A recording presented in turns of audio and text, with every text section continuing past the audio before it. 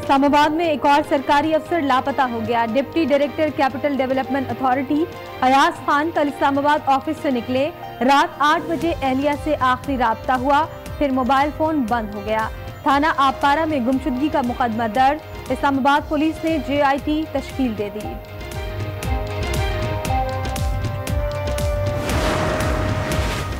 हालात के मुताबिक यू टर्न ना लेने वाला कभी कामयाब लीडर नहीं होता। नवाज शरीफ ने अदालत में यू टर्न नहीं लिया बल्कि झूठ बोला। वजीर आजम इमरान खान की इस्लामाबाद में सहाफियों से गुफ्तगू, बोले नेपोलियन और हिटलर ने यू टर्न ना लेकर तारीखी शिकस्त खाई। हिटलर आमिर था, इमरान खान ने साबित कर दिया कि वो खुद भी हिटलर है। वजीर आजम यू टर्न लेकर नुकसान पहुंचाना चाहते हैं। पीपल्स पार्टी के रहनुमा खुर्शीद शाह का रद्द-ए-अमल। कतरी खतूत कभी किसी फोरम पर अपने दिफा के लिए पेश नहीं किए, ना ही जाती तौर पर उन पर इन्हिसार किया। नवाज शरीफ का अल अजीजिया रेफरेंस में बयान, कहा हुसैन नवाज का बयान काबिल कबूल शहादत नहीं। मियां साहब ने मजीद 30 सवालों के जवाबात अदालत में जमा करा दिए। एहतसाब अदालत ने ट्रायल मुकम्मल करने के लिए सुप्रीम कोर्ट से मजीद मोहलत मांग ली। सिर्फ सियासतदान करप्ट नहीं, सबका एहतसाब होना चाहिए। चेयरमैन सेनेट पर उंगली उठाई गई, क्या ये मुनासिब है? सेनेटर रजा रब्बानी की चढ़ाई, करप्शन की तहकीकात के लिए कौमी एहतसाब कमीशन बनाने का मुतालबा कर दिया। टर्मिनोलॉजी आपने सुनी होगी सिंध में, ये हाफ फ्राई और फुल फ्राई। तो पुलिस वाले मुख्तलिफ जगहों पर जब लोगों को पकड़ते हैं, पकड़ के वो मारी जाती हैं। शर्जील मेमन ने सिंध असेंबली में हाफ फ्राई और फुल फ्राई का तस्करा छेड़ दिया, कहा पुलिस ने मुलजिमान के साथ फुल फ्राई और हाफ फ्राई का रवैया अख्तियार कर रखा है। किसी को फुल फ्राई हाफ फ्राई की इजाजत नहीं, फैसले अदालतों में होंगे। वजीर आला सिंध की वजाहत, कहा जो ऐसे मामलात में मुलव्विस होगा उसके खिलाफ सख्त कार्रवाई होगी। कोर्ट का सिस्टम मौजूद है, अगर कहीं ज्यादती पुलिस करती है उसका कोई हक नहीं है। एक्शन लेंगे अगर कोई ऐसी चीज पता चलेगी।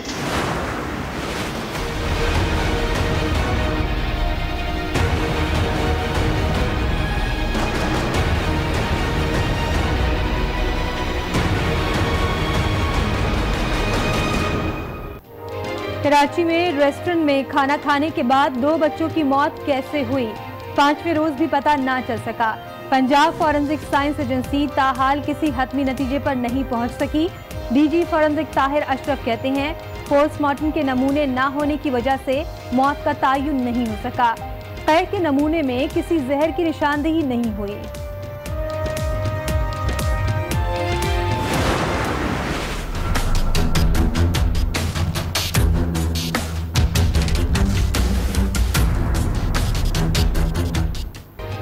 अपना गुस्सा घर छोड़कर आएं, आप किसी के दोस्त होंगे, सुप्रीम कोर्ट के नहीं।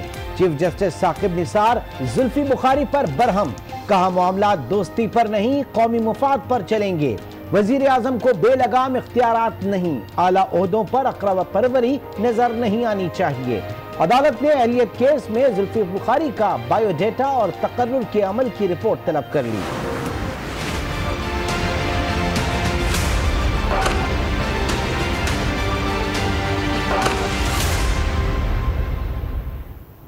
बताया जाए पाकिस्तान को फाल रियासत बनाना है या इसे हुजूम से चलाना है, कोई एक इदारा बताएं जो काम कर रहा है। कहा 22 दिन फैजाबाद बंद रहा, बंद कर दे पाकिस्तान। फैजाबाद धरना केस में सुप्रीम कोर्ट में जस्टिस फाइज ईसा के रिमार्क, कहा हुकूमत केस नहीं चलाना चाहती तो बता दे, मुकदमा दफन कर देते हैं।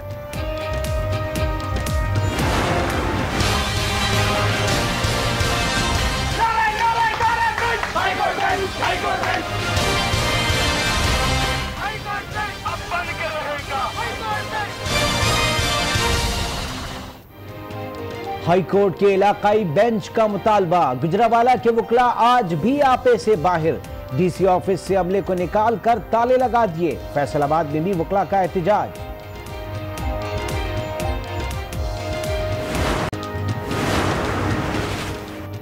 लाहौर में फैज मेले का फैज, शिरकत के लिए मारूफ भारतीय शायर और मुसन्निफ जावेद अख्तर और अदाकारा शबाना आजमी की आमद। भारतीय मेहमानों ने कहा वो मोहब्बत और अमन का पैगाम लाए हैं। 7 बरस के बाद तशरीफ फैज़ मेले में ही आए थे, लेकिन ऐसे भी आएंगे और आप लोग भी आएंगे। दोस्ती और मोहब्बत का पैगाम लेकर आए हैं। वह साहब हमारी जगह थे, दायरे में जानिसार अख्तर और कैफी आज़मी के बहुत दोस्त थे। सुल्तान और मैं हूँ शाइस्ता इकबाल। बुलेटिन का आगाज करेंगे और आपको खबर दें, इस्लामाबाद में एक और सरकारी अफसर लापता हो गया। Deputy director CDA Mohammad Ayaz Khan गुज़श्ता रोज दफ्तर से घर ना पहुँच सके। गुमशुदगी को 24 घंटे से जायद का अरसा गुजर गया। पुलिस ने मुकदमा दर्ज करके तलाश शुरू कर दी है। ताहम अब तक कोई पेशरफ्त सामने ना आ सकी। उनके घर वाले सख्त खौफ और अजियत का शिकार हैं।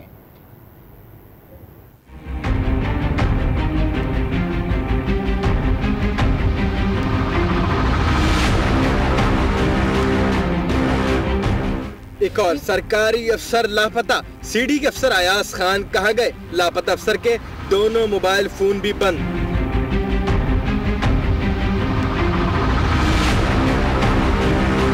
Deputy director CD Ayaz Khan गुज़श्ता रोज 4 बजे दफ्तर से निकले, लेकिन घर नहीं पहुंचे। एहलिया के मुताबिक गुज़श्ता रोज शौहर से राब्ता हुआ, उन्होंने कोरंग टाउन जाने का बताया। लापता अफसर के ब्रादर निस्बती ने थाना पारा में गुमशुदगी का मुकदमा दर्ज करा दिया है। अहले खाना का कहना है कि अगले हफ्ते अयाज खान की बेटी की शादी है, जिसकी तकरीबात भी जारी थी। इस्लामाबाद में SP ताहिर के अगवा होने का मामला सुलझा नहीं था कि दारुल हुकूमत से एक और आला अफसर लापता होने से कई सवालात खड़े हो गए। मामला असल है क्या, कोई वाज़ेह जवाब नहीं दे रहा।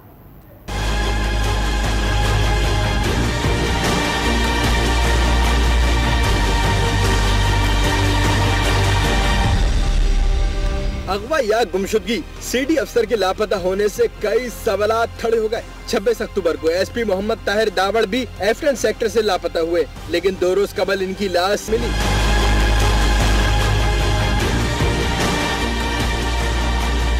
इस्लामाबाद की सिक्योरिटी का जिम्मेदार कौन है? पुलिस अपने फराइज में अब तक कामयाब नजर नहीं आ रही। दारुल हुकूमत के बेशतर CCTV कैमरे भी खराब हैं।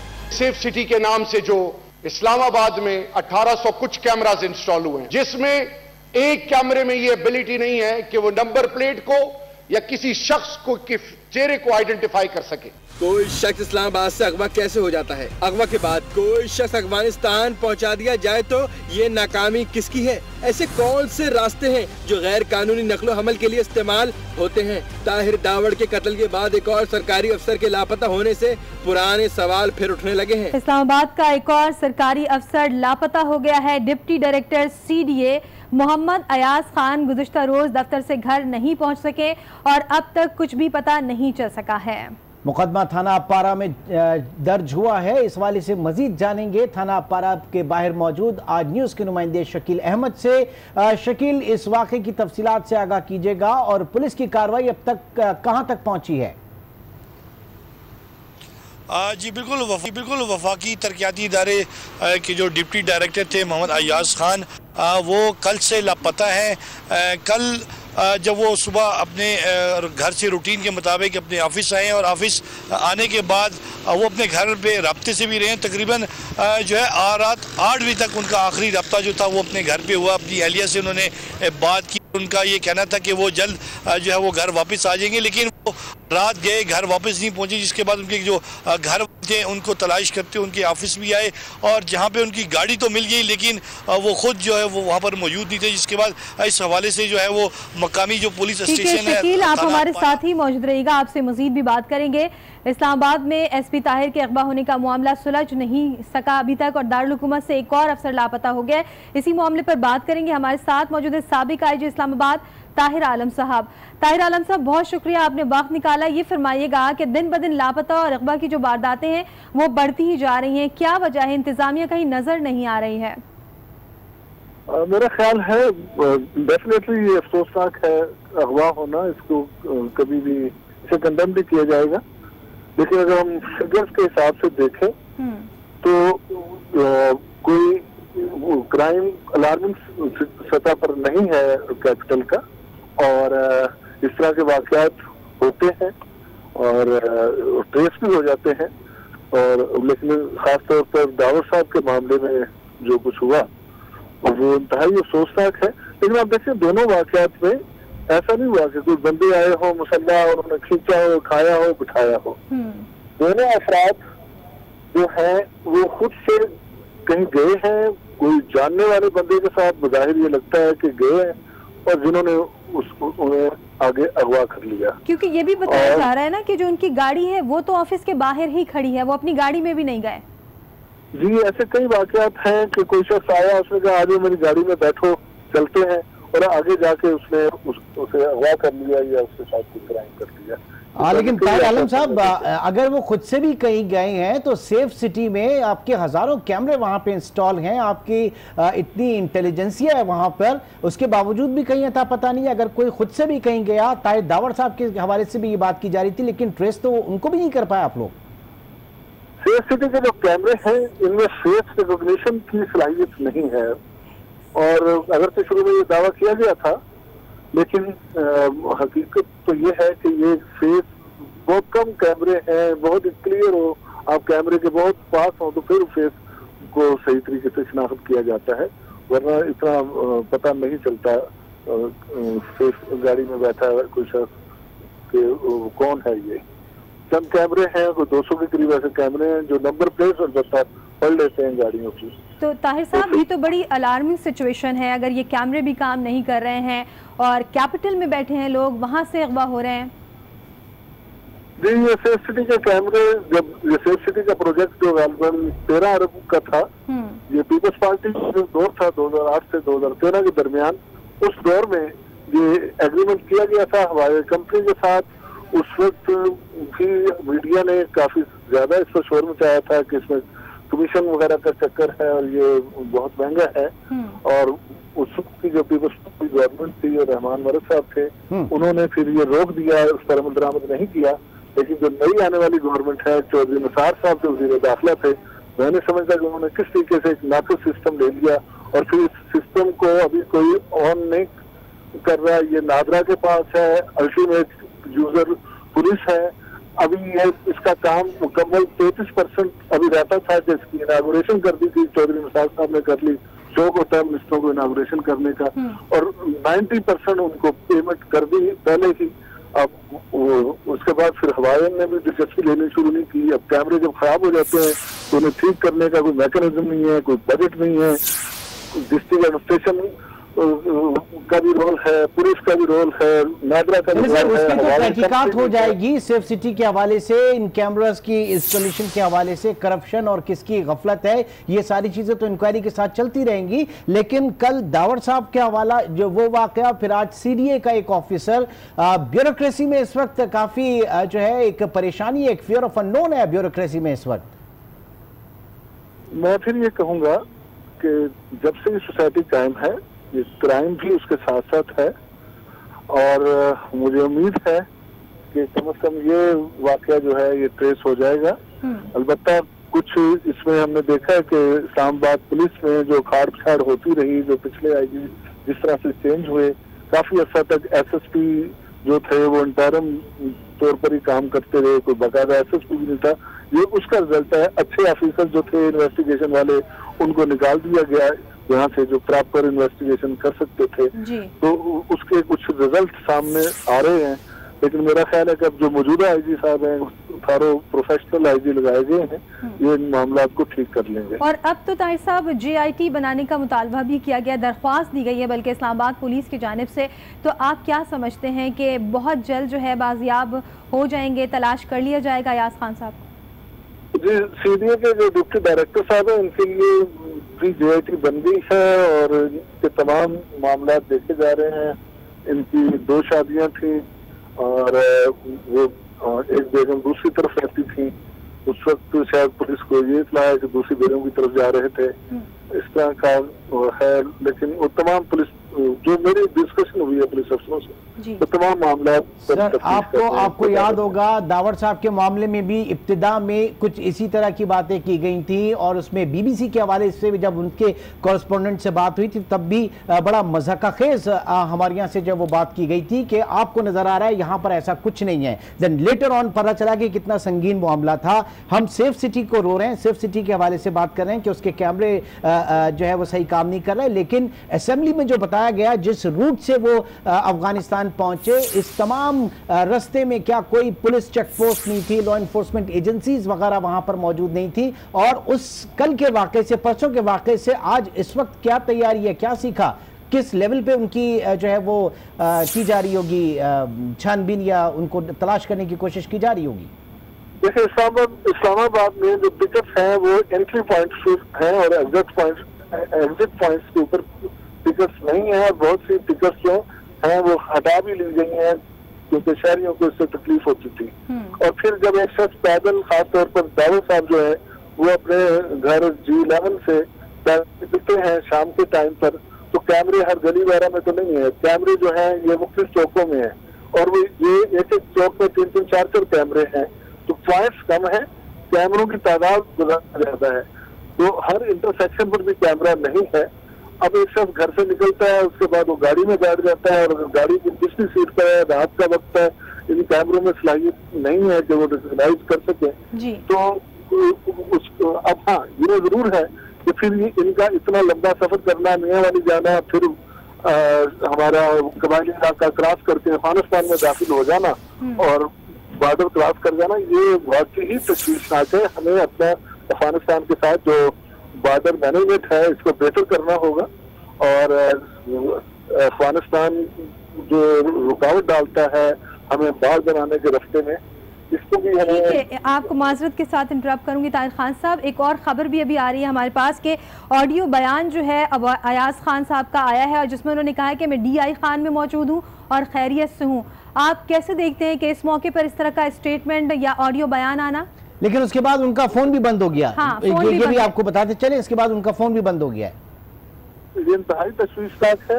इसका अगर उन्होंने फोन करना होता तो वो फोन खुद बात कर सकते थे, ऑडियो बयान ना भेजते अपना।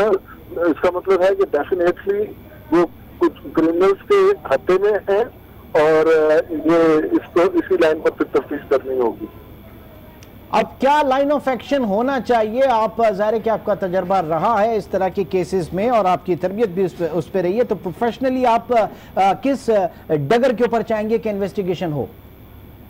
मेरा ख्याल है कि एक तो तमाम उनके मामला देखने होंगे, उनका कॉल डाटा रिकॉर्ड देखना होगा, किस किस को फोन किया, किसका उन्हें फोन आया। फिर अगर से अब जियो फेंसिंग बड़ी जरूरी है, उसकी वैसे जियो फेंसिंग भी की जाए, लेकिन लोग आजकल ज्यादातर व्हाट्सएप कॉल वगैरह यूज करते हैं और व्हाट्सएप को अभी तक हम कॉल को ट्रेस करना उसमें मुश्किल हो जाएगा, ट्रेस करना ये मुश्किल है। तो मेन चीज तो यही है कि पुलिस अपनी इंफॉर्मेशन डेवलप करे और उनकी शख्सियत के हवाले से उनसे पिछले दिनों जो लोग मिलते रहे हैं तो तमाम उसके मुताबिक तहकीक करे और जिन्होंने ले जाना होगा वो कई दिन से प्लानिंग कर रहे होंगे। और तो फैमिली का जो स्टेटमेंट है ताहिर खान साहब, वो भी यकीनन अहमियत का हामिल होगा। जो फैमिली है उनकी, उनसे भी पूछगिछ की जाए और उनसे भी पूछा जाए कि कहाँ पर क्या कोई ख़ानदानी कोई चपकलिश थी या नहीं थी, कोई इस तरह की बात। जी, जो DIT उन्होंने बनाई है वो मुख्तलिफ पहलुओं पर, हर पहलू के ऊपर तफ्तीश कर रही है।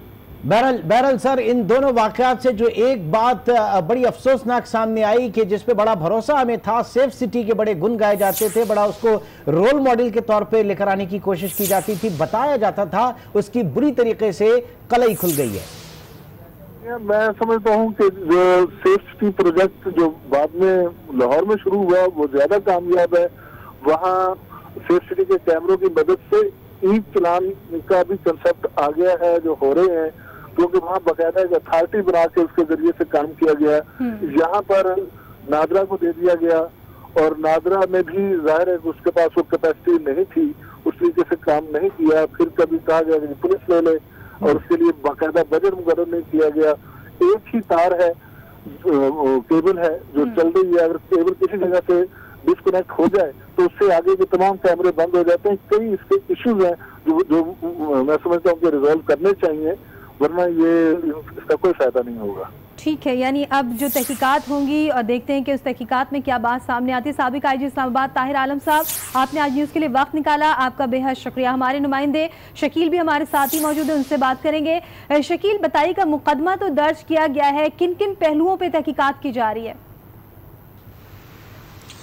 जी देखिए, इस हवाले से आज उनके जो बरादरी निस्बत में ये मुकदमा दर्ज हुआ है, जिसमें उन्होंने ये बताया कि वो उनकी एक रूटीन थी कि वो घर से राब्ते में रहते थे और कल भी वो घर से जब निकले ऑफिस आए तो वो राब्ते में थे, लेकिन अचानक जो रात 8 बजे जो उनकी आखिरी कॉल थी उसके अंदर उन्होंने यही कहा था कि वो जल्द घर आ जाएंगे। उसके बाद उनके मोबाइल ऑफ हैं। इसी चीज़ को बुनियाद बनाकर जो उनका मुकदमा दर्ज किया और जिसके बाद पुलिस जो है वो मुख्तलिफ पहलुओं पर जो है वो तफ्तीश कर रही है। क्योंकि एक चीज़ जो सामने आई है कि वो जब अपने ऑफिस से गए हैं तो एक आल्टो V1 गाड़ी थी, उसके अंदर